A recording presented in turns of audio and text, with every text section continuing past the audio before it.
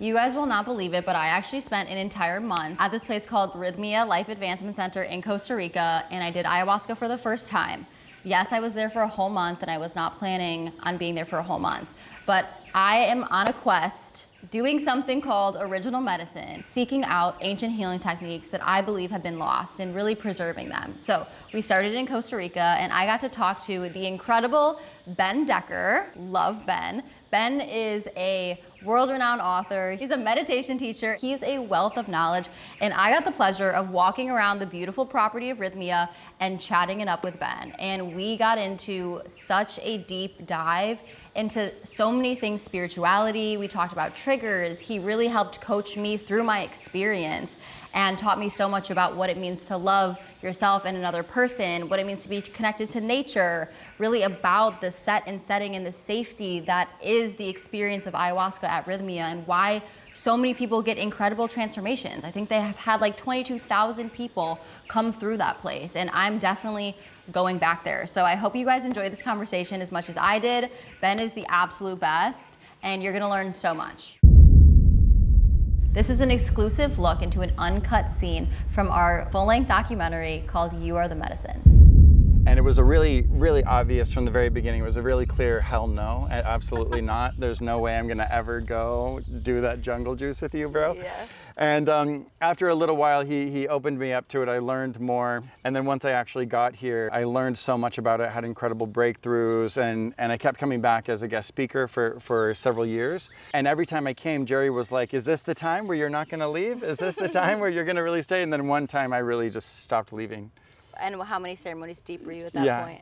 I was about 125 ceremonies Wow. deep. Yeah, and so I've done about 280 now. Wow. But it's not always about me going as deep as possible. Like when you're here for 1 week, you'll go as deep as possible. For me, it was more about really learning the way the medicine works, studying it from inside of myself, studying the different traditions, the way different music and different integration and preparation modalities interact with the medicine, the way different healings happen on the medicine, and how to work with them in different ways. This is, a lot of times when people think they're coming to Rhythmia, they think like they have an idea of what they're coming to do, and it's usually like maybe one or two things they're here for. This is the list of things you're really here for. Yeah. This is the schedule, and the reason we have to have it here this big is because there really is such a full program every single day. I mean, you just did it. I did it. I did every single one of these classes. So it is possible to do every single one. Yes. Yeah.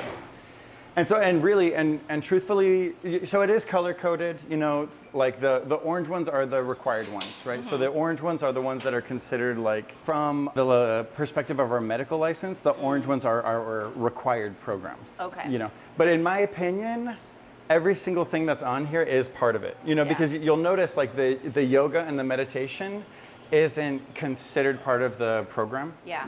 From a license perspective. Sure. But every single person who makes the effort to get up and go to the early morning yoga is like glad they did it. But why is it important to go to everything? Well, when you enter into an altered state, you don't have control over what's going to come up.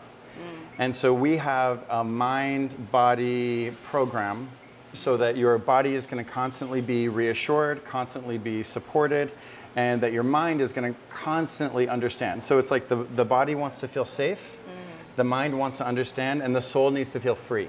And so all day throughout each day, we balance addressing those three things. Okay, thank you. No, that makes so much sense, because in the beginning when you guys told me like, okay, you're gonna go to everything, you're gonna be up till 1:30 in the morning, and then you're gonna go to yoga at 7 a.m. I'm like, and then there was a moment when I actually felt guilty. I was like, oh, I don't know if I can make it to yoga, but you guys did such a good job of really drilling it in. I was like, I'm gonna feel guilty if I don't get up and go to yoga. But that was the yoga that I had the breakthrough. Totally. It's like the exact thing you don't want to do, go right into. And you heard it in all the classes, go towards what's hard. Yes.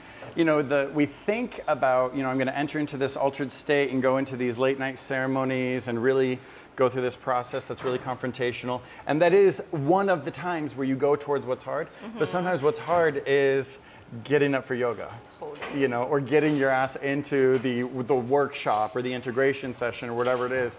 And like, there's something that happens in your own nervous system when you do something that's hard that you know is the right thing for you. Totally. You know, you override the automatic operating system that wants to stay in the comfort zone. Yes. Thank you for saying that. That's so good. This is actually, it's really small, but here on the Maloka, where we do the ceremonies and the yoga and meditation and breathwork, these are the people that have donated to our scholarship program. Oh, amazing. So we have donated $1 million of scholarships to Rhythmia. Amazing. And so every month we try to have at least a handful. We try to, on average, have one a week. Okay. One scholarship a week. Yeah, I love that. Okay, so they're setting up in there. Yeah. For a ceremony. Yeah, That's the most beds I've seen. This is a completely sold out week. How many people is that? 90. Wow. Yeah, so we have 90 guests this week. Dang. Yeah, when I was here, I think there was like 40, 50 maybe. Yeah, which there was 50, still felt 55. Big. Yeah. But not all of them were participating in every ceremony. Not every week are we totally sold out. You know, we do have 98 beds on site, you know, and so we consider it sold out, about 90 people. And you know, ceremony is one thing. We do need to have about a 4-to-1 ratio of staff and guests. So we have, like, for every 4 guests, there's at least one person in there. And there's more to be said about that structure, because not everyone has the same role in there. So there are some dedicated security roles, some that are on the shamanic side. So there's actual, like, people working with the shamanic tools, the lead facilitators themselves, housekeeping, and there's the paramedic.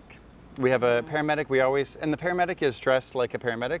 And then we have a nurse who wears the ceremony clothes. So she's working more intimately within this space of the actual ceremony, but doesn't bring too much of the clinical energy into that experience, you know? Makes sense, yeah. Yeah, and same with their security. The security are dressed and trained in the shamanic practices. So they're dressed and operating and moving through the space just like other members of the ceremony team. No, when I was in there, I didn't feel like this over presence of like security, but I did feel very safe. And I knew that if I needed help immediately, someone was gonna be there. And I saw other people needing help, someone being outside on the lawn, and like there was immediately people there. And so that made me feel so good. There was a moment, actually, I was in my favorite hammock on the end, and I remember laying there and just feeling this sense of safety.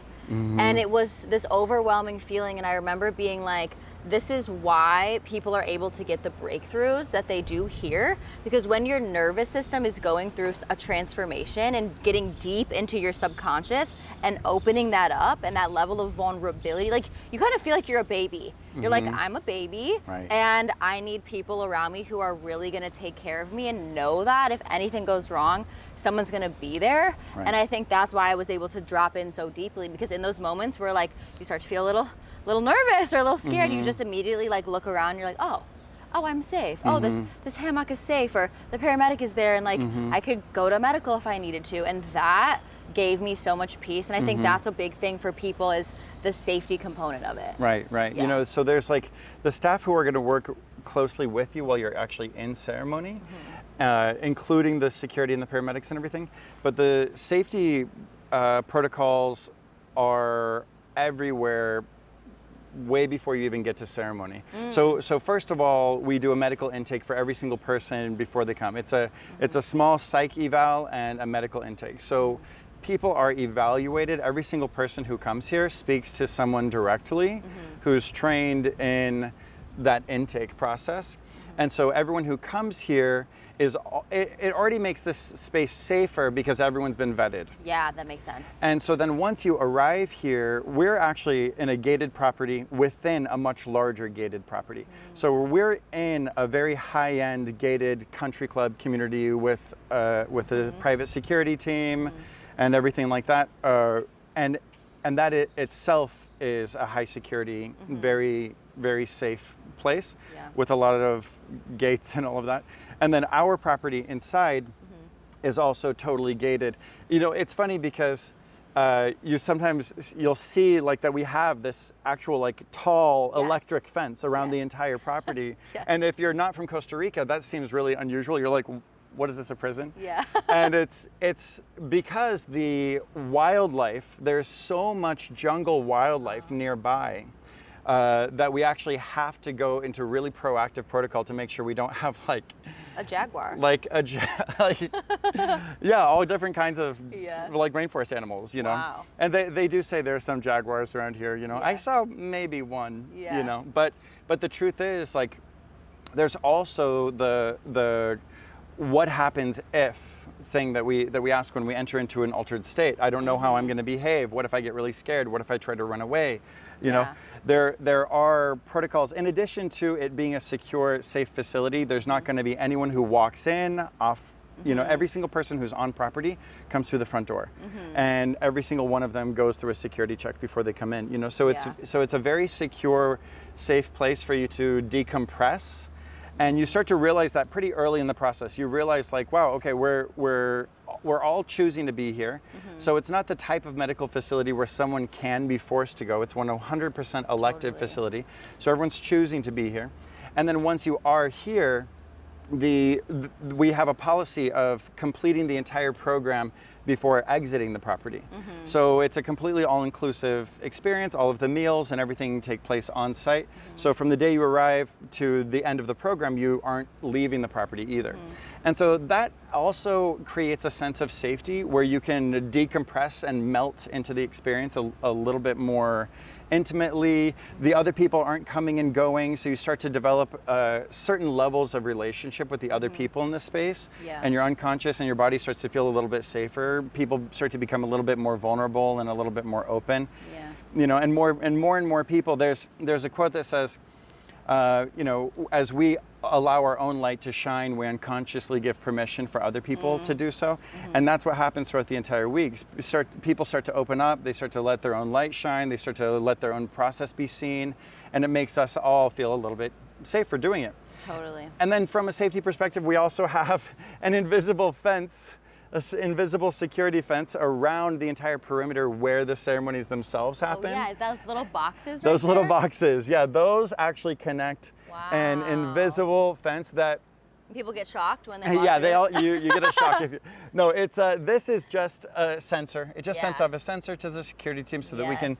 make sure that we're keeping track of everyone. When you're on the medicine, you are constantly monitored.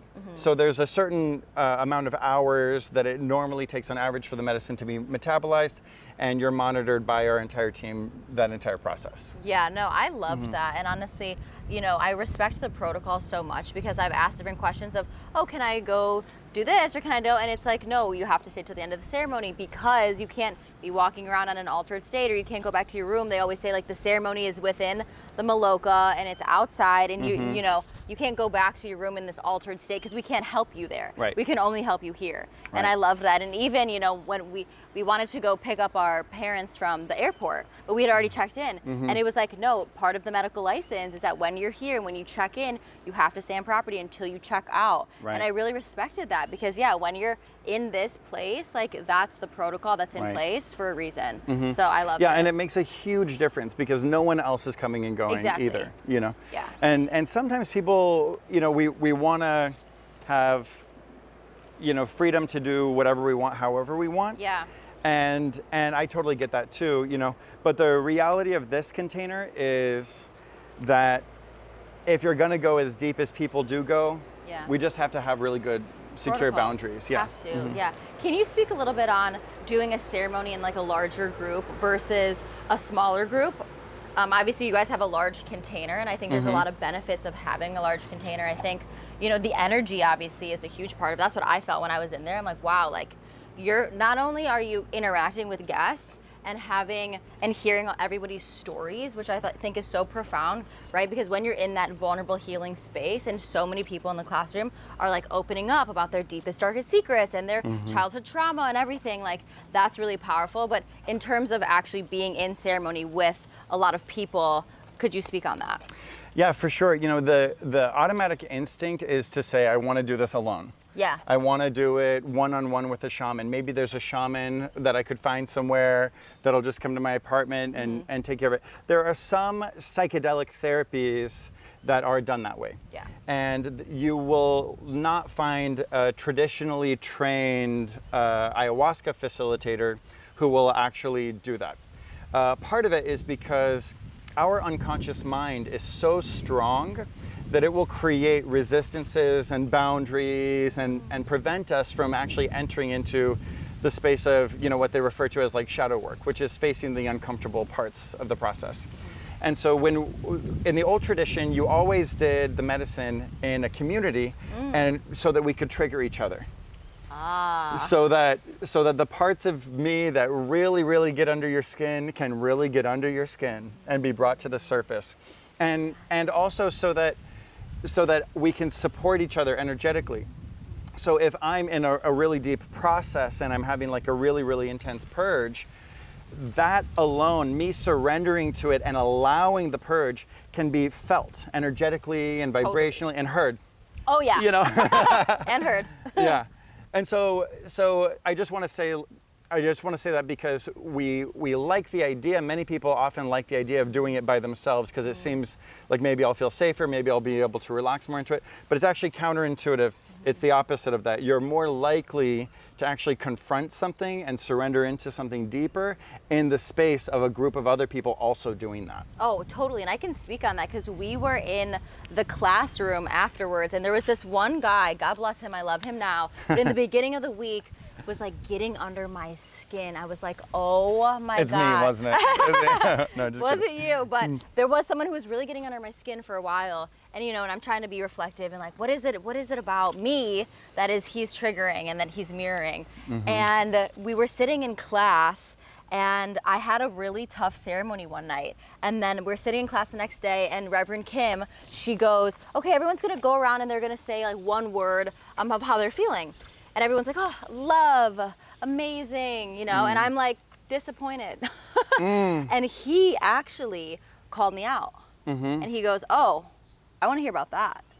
And everyone was like, and she was like, are you comfortable sharing, you know? And I was, and in that moment I shared, you know, that I had a really tough ceremony because I felt like nothing happened and my partner had this amazing night and I feel like nothing's ever for me and just like, you know, feeling all the triggers. And it was because he called me out that I was able to have that dialogue with Reverend Kim.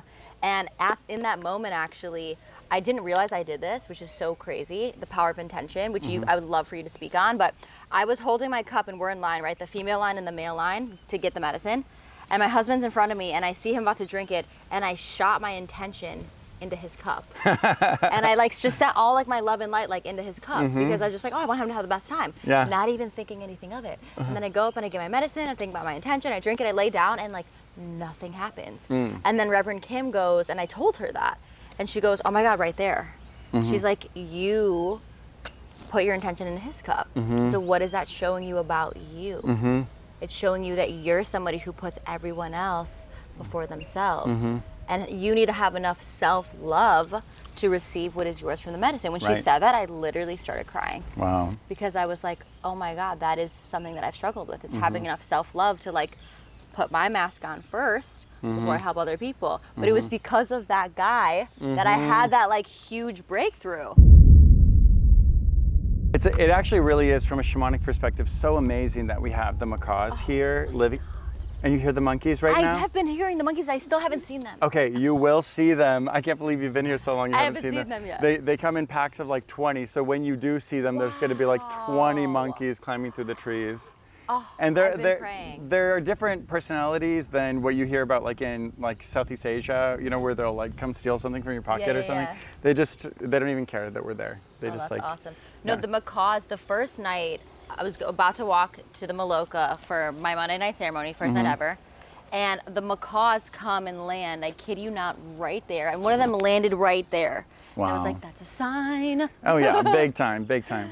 Well, it's amazing what you were sharing about processing with Kim, you know? Yes. That brings up a few different things. You know, first of all, on the orientation class, one of the first things that we say is pay attention to what triggers you. Yes. You know? Yes. And it's so easy we teach so much in all these different classes, so it's so easy sometimes for certain details to go in one ear and out the other. But when we're paying attention to what's triggering us, we're just bringing our attention to ourselves, you know, and we're not looking at what's happening, we're looking at how we're relating to what's happening, which is where our power always lies, you know. And so Kim did our very basic, masterfully, but she did our very basic program, which is, okay, how does that make you feel? Yes. You know, bringing it back to how you felt, and the how you felt and the trigger and going towards what's hard, it's not always even in ceremony. No. It's leading up to it, it's in between ceremonies, it's On the toilet. On the toilet, it's in a workshop, it's at breakfast. Yeah, no, You know? that has been one of the things that I've wanted to capture the most about this place, is because, you know, I thought I was coming here and I thought it was going to be about the medicine. Right. And I got here and I'm like, wait a second. All my breakthroughs are really happening outside of the maloka. Like, the medicine, I'm having this profound experience, but where am I dissecting and actually getting the messages that is transforming my life? It has been in the classes, in conversations with Reverend Kim, or it's been, you know, in yoga in the morning at 7 a.m. and I'm laying on my mat and I'm crying because it's all clicking, you know, and it's talking to people at lunch or at dinner, and those have been the times that I've had the most profound breakthroughs and when all the dots have connected. And so that's what I really realized, which is so special about this place, especially people like me who have never done it before, like a first timer, is because the guiding that you guys do when it comes to the foundation that you're laying for how to take the medicine in, interpret it, ask yourself those 4 questions, really understand how you're feeling, like that is honestly where the transformation is for people and for myself. That's how I feel too. You know, I had my first cup of medicine here, and then after I had such a big breakthrough, I went to a bunch of other places, and I tried a lot of different kinds of plant medicines in a lot of different countries and a lot of different contexts. And I found that I wasn't feeling safe. I found that I wasn't feeling supported in my integration process.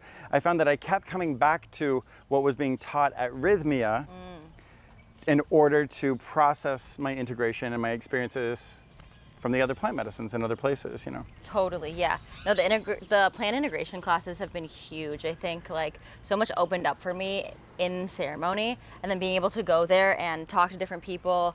The integration process, I've always thought with all psychedelics, is the most underrated, but the most important process of it all. Right. Because you can have an experience, but if you don't know how to interpret it in your nervous system, and like, honestly, that's something I'd love for you to speak on, because when the medicine is so powerful, so intelligent, and she's going so deep, deeper than I've experienced, honestly, anything thus far, and I've done a lot of different techniques.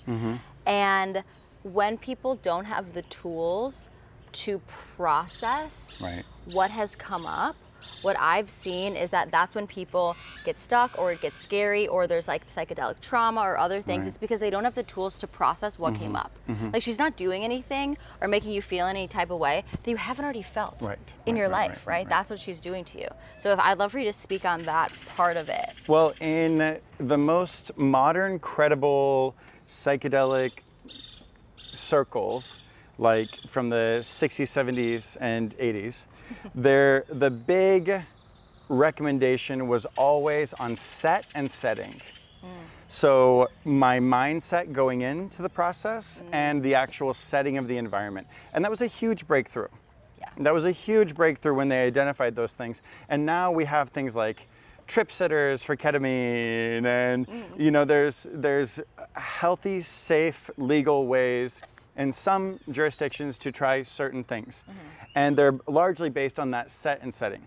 What we do is we work with preparing everyone through the workshops and through training for the set part, the mindset part. We facilitate a really, really safe, secure setting, comfortable beds, safe, clean linens, good air conditioning back in your room, stuff like that. Yes. And so we do the set and setting, but then we also have preparation and integration.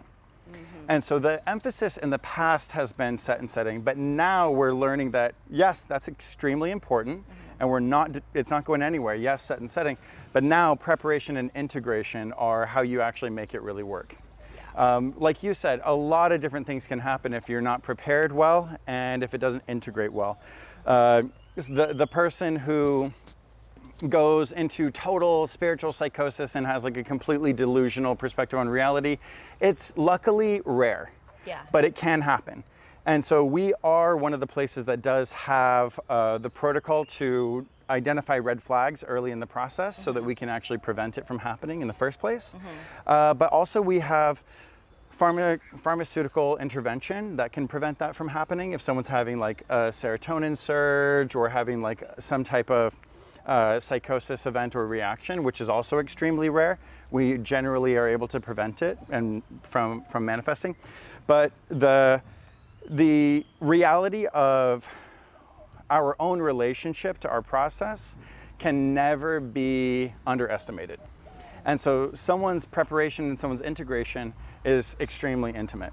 No matter how many workshops we do or send, or our Life app, the Rhythmia Life app has an integration program, but now it has a preparation module. So there's a 30-day program and then a 13-week program, 30 days before, 13 weeks after. I remember when I signed up, you know, I loved the preparation part because I was like, oh, this is amazing. I got to get my diet right. Like there's all these different practices. You're really getting yourself ready to come and have the experience. But then the 13-week, at first I was like 3-week, that's great. And then I was like, wait, no, this is 13-week integration. There's a really beautiful spot over there where there's lots of like jungly vines and everything, and it's a super chill zone. Do you want to go? Yes, I love that. Park and bark? Yes.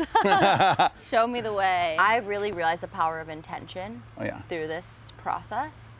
The intention that I accidentally shot in his cup and like how much that changed my journey.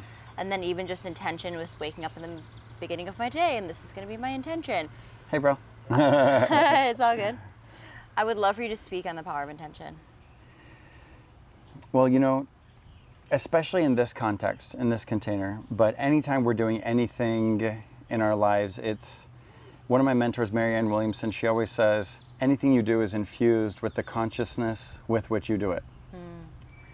And, you know, in Tibetan Buddhism, before you meditate, the first thing you do is you meditate on cultivating a right motivation to meditate. So it's like thinking about, why am I doing this? You know, and that's really what our intention is. It's why am I doing this? And when we have a really good conscious intention that we can lean into, that we feel something about, that's a healthy intention.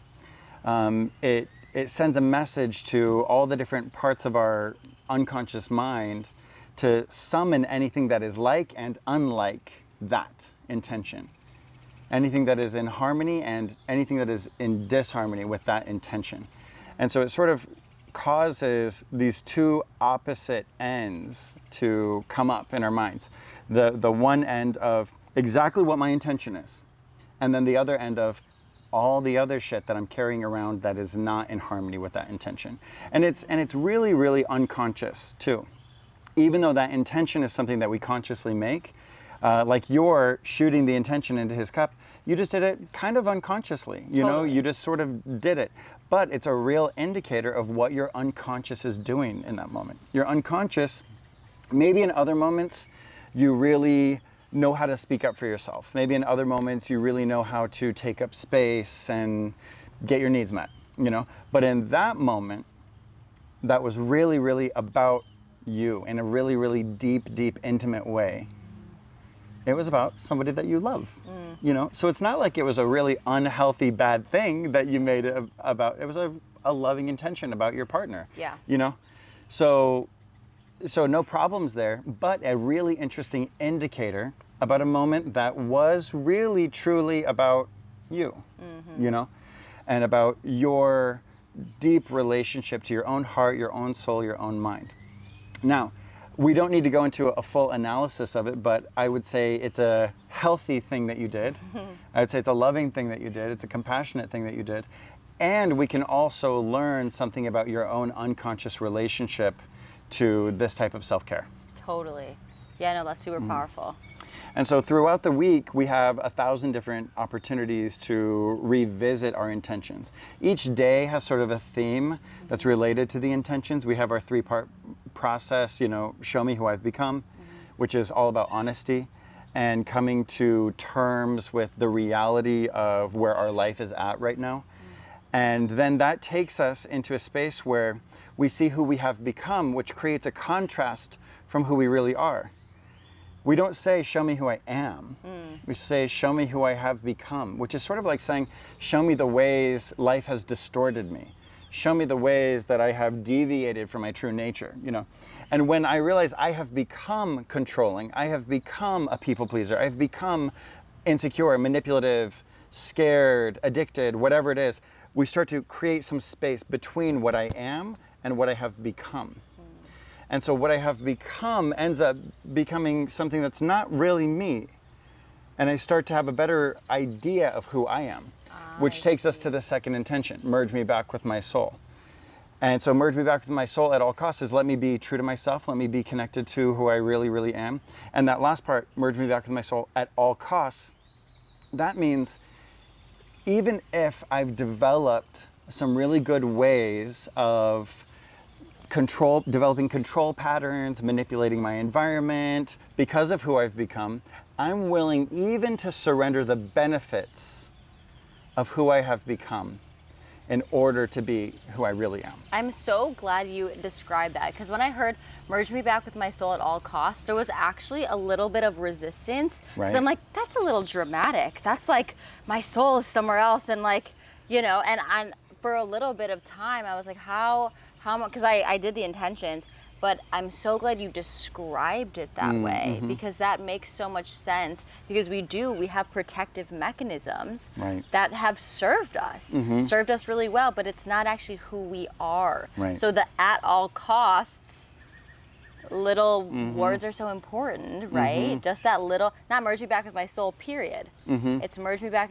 with my soul at all costs.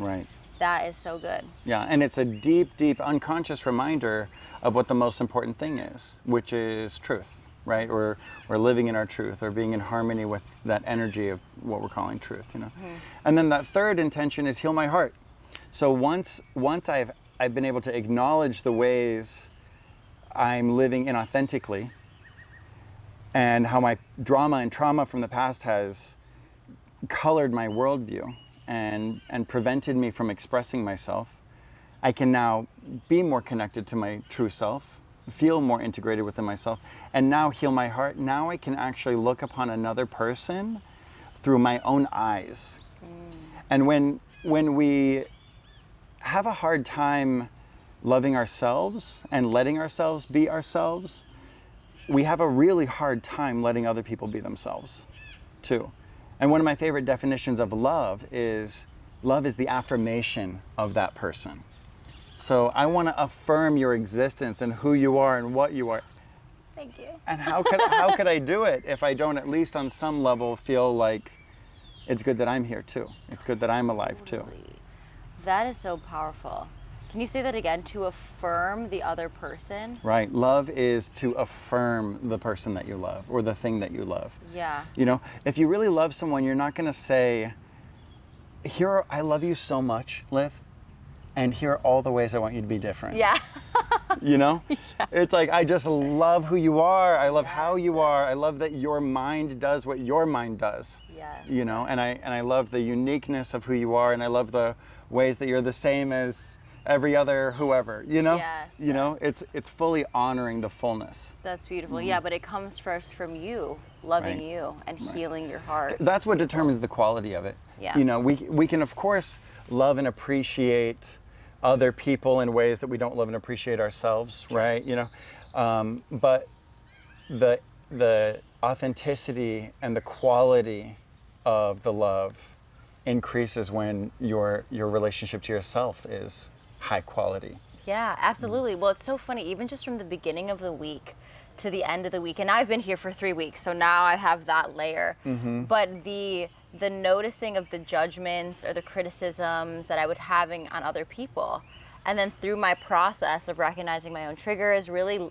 healing my own heart, it's like you see the same person doing the same exact thing in a completely different light, and the only thing that has changed is you. Same person doing the same shit that once was triggering, and now you're like, oh, that's so beautiful. I'm so glad you're doing that. And before you were like, what the, you know? Yeah. It is so powerful and so beautiful. And someone said this in the class, which The monkeys!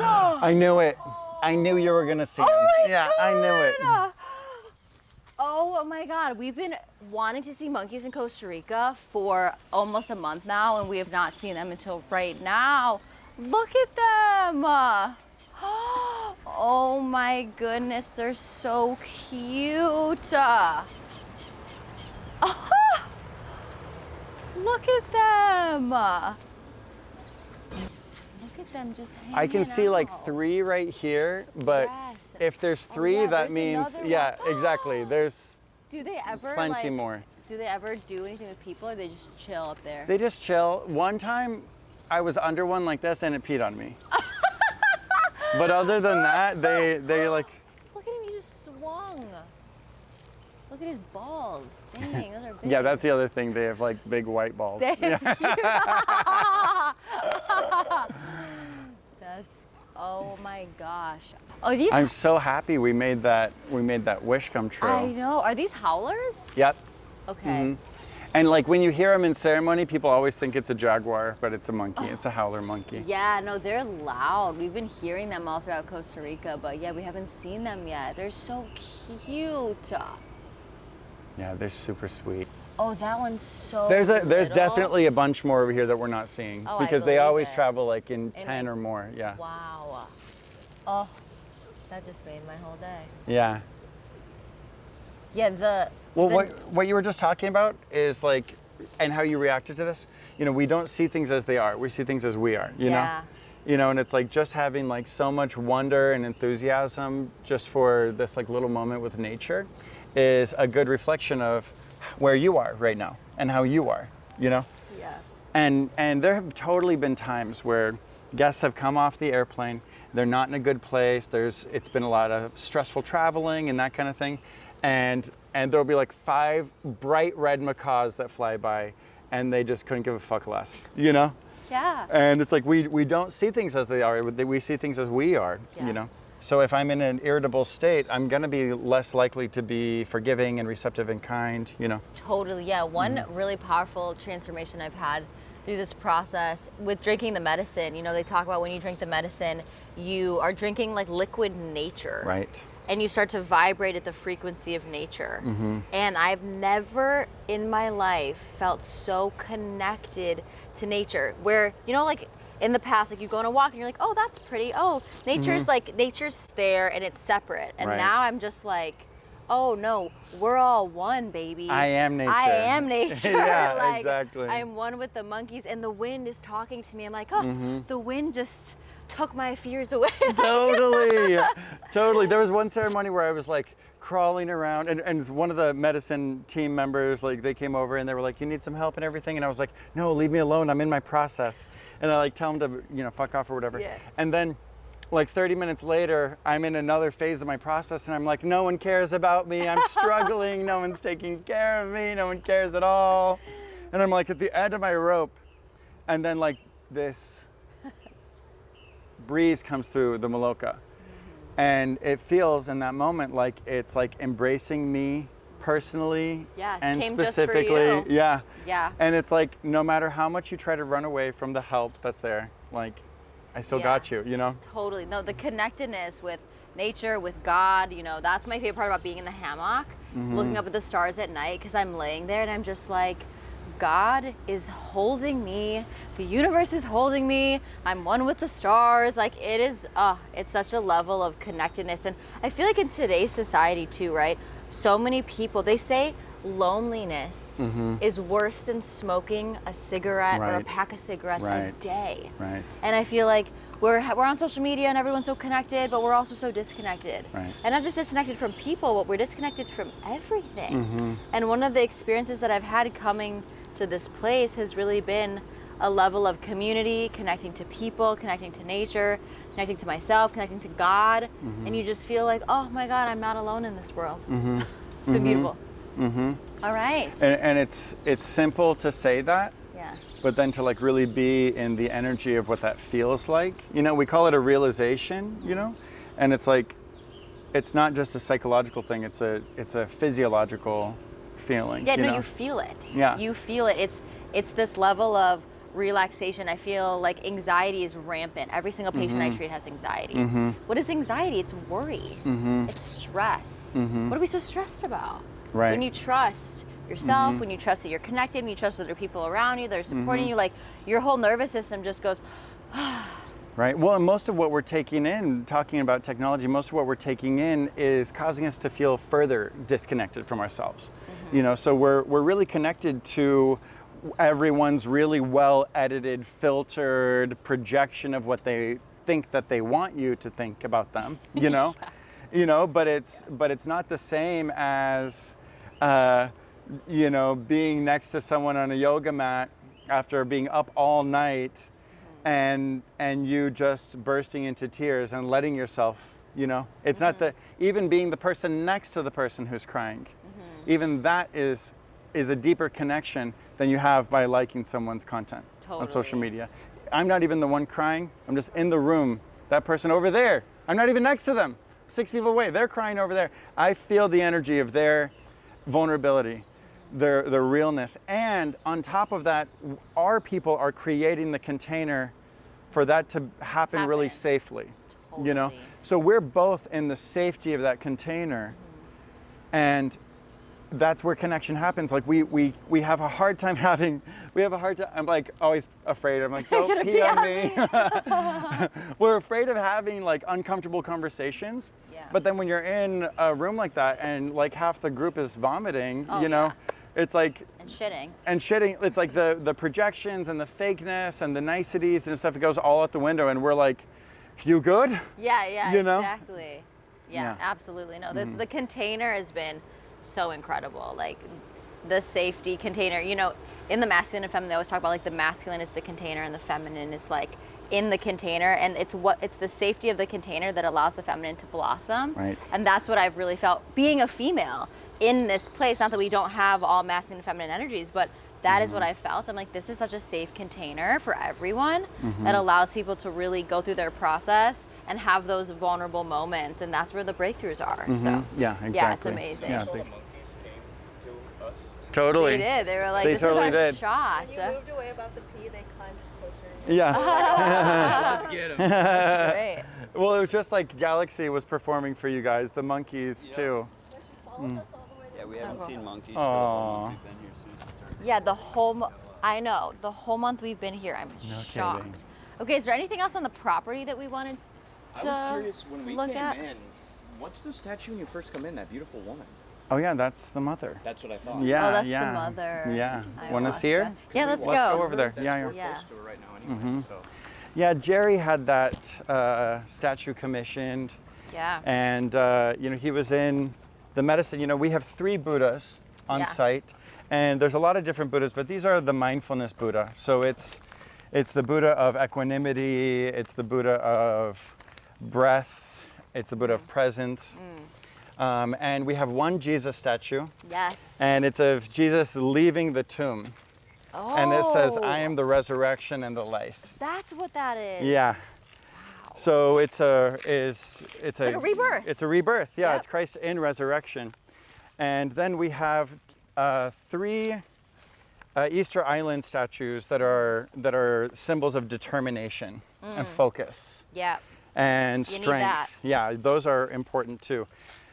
And so then, but at the very, very entrance over here, Arrhythmia, we've got 2 special statues. One is of the full moon, Luna. Oh, I didn't even notice that. That's not a golf one. ball. That's a moon. Is that a golf course? and you know, hola. And you know, Jerry, of course, when he works with the medicine, it comes through the form of the moon. Yay! Bye, Melissa. See you.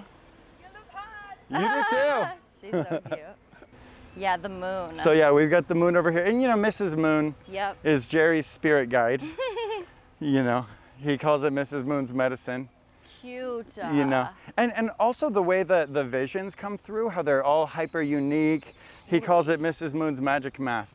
Oh, funny. Because the idea is that if you try to intellectually interpret or literally interpret, you're gonna miss what's really happening. Yeah. It's magic math because it's exactly what you need.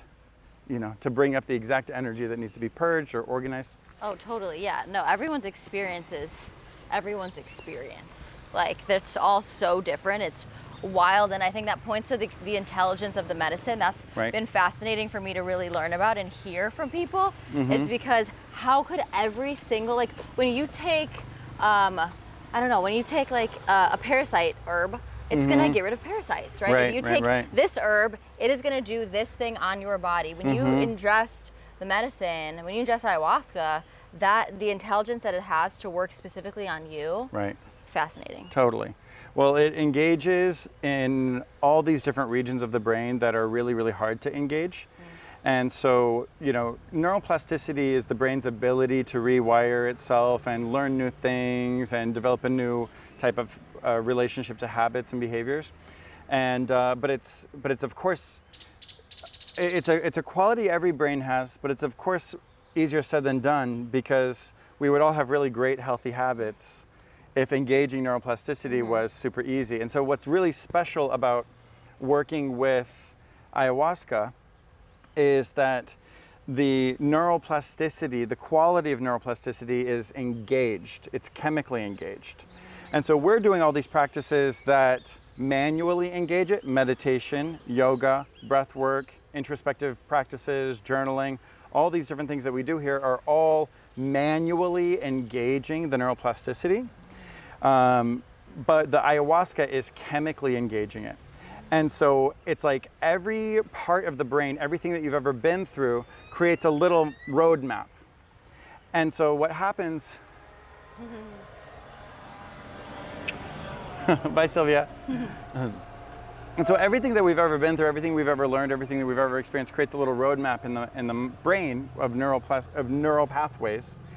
And when the neuroplasticity is engaged, it creates a non-discriminatory web, a map through the entire brain. And so what we normally do is we think along these lines. But if you ever move to a new city and you go visit your friend who lives there, the way you drive from point A to point B is probably going to be whatever the map tells you to do. But that person who lives there, who has more familiarity with it, they're going to go their other little sneaky ways to get from point A to point B. And so the more we develop a familiarity with something, the more we like to work with it. We like to stay there. And so our brain likes to think the same kinds of thoughts. We like to see the world the same way we've already seen it. We like to follow politicians who mirror our own worldview. We like to follow professionals that mirror aspects of our own worldview. And so what happens when we go into ayahuasca, all those little neural pathways that are built on preference and avoiding discomfort and things like that are now connected in with each other, and all the places in between. When you have a traumatic experience or a really negative experience, the neural pathways associated with that experience withdraw. They don't want to engage with the rest of the map. They want those to be dead ends. I want to hide. They want to hide, they suppress it. So it literally curls up like that. But the DMT, the ayahuasca, actually opens it up. And they start to connect in with other things that they're not normally connected to. And so you stop developing that part of you from when that moment happened. That part of you stops developing. And have you ever had an experience where something small really triggers you? That's never happened to you or me, but like maybe other people. If it's hysterical, it's historical. So if you have a big reaction to something, it's about something old. It's about something old. And so what happens is that we strike a nerve, that one neural pathway that leads into that clustered off trauma, just that one nerve triggers bing, bing, bing, bing, bing, bing, bing, big story in the mind, big feeling in the body right there, and so we get a reaction to it, And what the ayahuasca is doing, especially in the context of all the rest of the program, is creating a safe space for that to start to open up. And so that's why we sometimes revisit old memories. We feel a little bit differently about them because we're no longer withdrawn, we're no longer holding back or hiding from it, What's the benefit of it opening up? We resolve it. Yeah, we are no longer at the unconscious effect of it. Carl Jung is famous for having said, until we make the unconscious conscious, it will direct our lives and we will call it fate. Bingo. Beautiful. And so this is just about making those different unconscious parts conscious. Yeah. Awareness, bringing awareness to them. Beautiful. So Jerry was in ceremony not that long ago, and he was praying about rhythmia, and we were in some transition, so he's getting some guidance and everything. And he's shown this vision of our 3 Buddhas and our Easter Island statues and our Jesus statue. And the moon was like, okay, so when am I going to be represented? You know? Yeah. And he also felt the divine feminine presence deserved representation. And so he worked with a Balinese artist who commissioned this piece. And so this is the mother, This is the the mother mother ayahuasca, ayahuasca. divine feminine. Wow. And you can see there's Bali is a Hindu island, so there's a lot of Hindu influence here. But you can see around back there's a lot of these long feathers, Oh yeah. which are very like macaw. Totally. Yeah, with the wings. Yeah. Yeah, absolutely. No. Yeah, when I first came in, I'm like, oh, it's like an angel, but like, it's Mother Ayahuasca. Yeah, and it's like angelic. It you is. know? Yeah, she's super angelic. And she's the beautiful. first one that you see when you is. arrive. It's powerful. It's like, this is actually that when I was in the medicine, Mother Ayahuasca told me that when I'm telling the story, it has to come from the feminine, and it has to be an invitation. And so this statue, her standing like this, you coming in, it feels like this loving female like invitation, like, oh, like here I am. You're safe, come on in. Yeah. And that is what she told me to say, is that it's Beautiful. more of an invitation than this more like aggressive, masculine, like, oh, you should do this thing, it's gonna challenge you, it's gonna, like, that Right. energy. She was like, no, it's an invitation. That idea of it being an invitation, I have never encouraged someone to do ayahuasca. I barely even refer someone.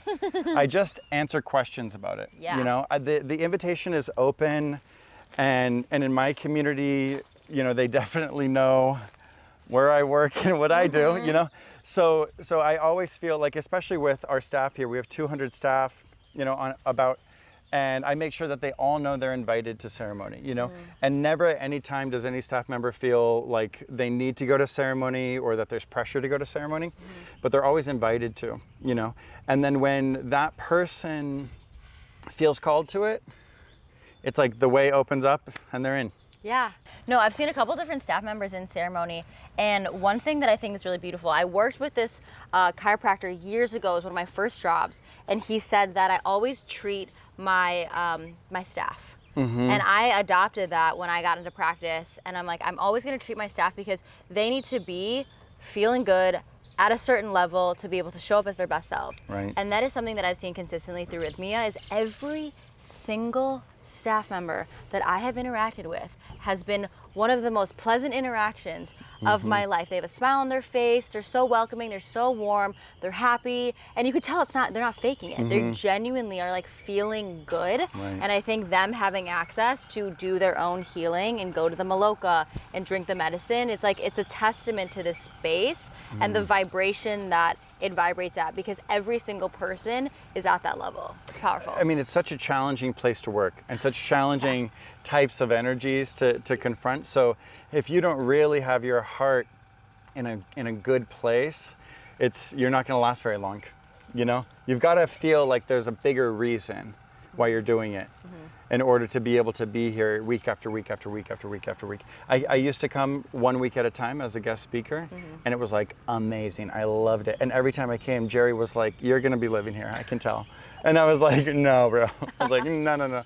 And then, something changed. And when I did move here, it was like the most beautiful next evolution of my relationship to this journey. And it's been like the most amazing thing ever. Yeah. And to be with people who come every single week, and you see the individual journeys that they're all on. You name it, we've seen it. Like we use that term miracle, and we use the definition of a miracle as a shift in perspective from one based in fear to one based in love. When you have fear-based perspectives, you withdraw from life. When you're in love with life, you engage and you reach out and you expand. But there are so many stories of people getting more literal types of miracles too. And it's like a truly miraculous type of situation. Yeah. No, 1,000%. I mean, we've been here for the past 3 weeks, and week after week after week, consistently, I've seen not only physical miracles, like some guy got his eyesight back, you know, people are healing like chronic pain that they've gone to every single practitioner, all the things. And I live in that world, which is why I've wanted to experience ayahuasca, because it is a plant medicine. And I live in the world of chronic pain, autoimmunity, chronic disease, you know, trauma, all of that.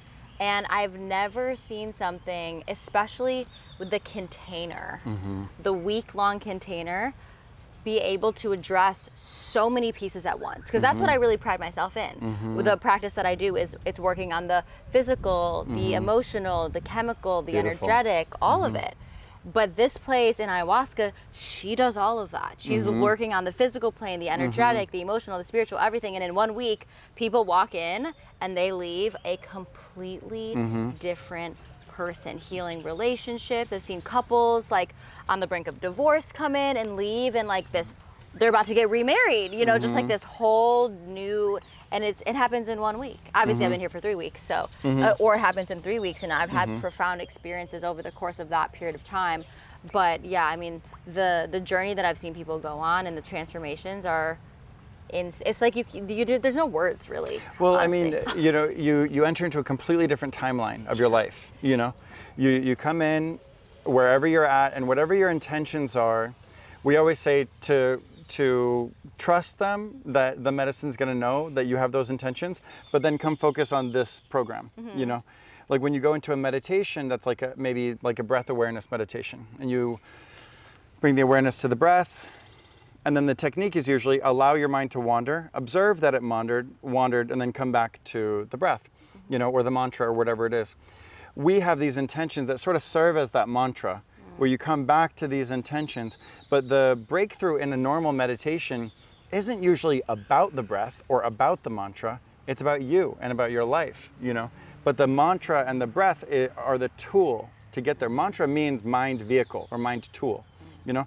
And so these intentions that we're using, they are a really, really healthy, stable sort of path to walk on.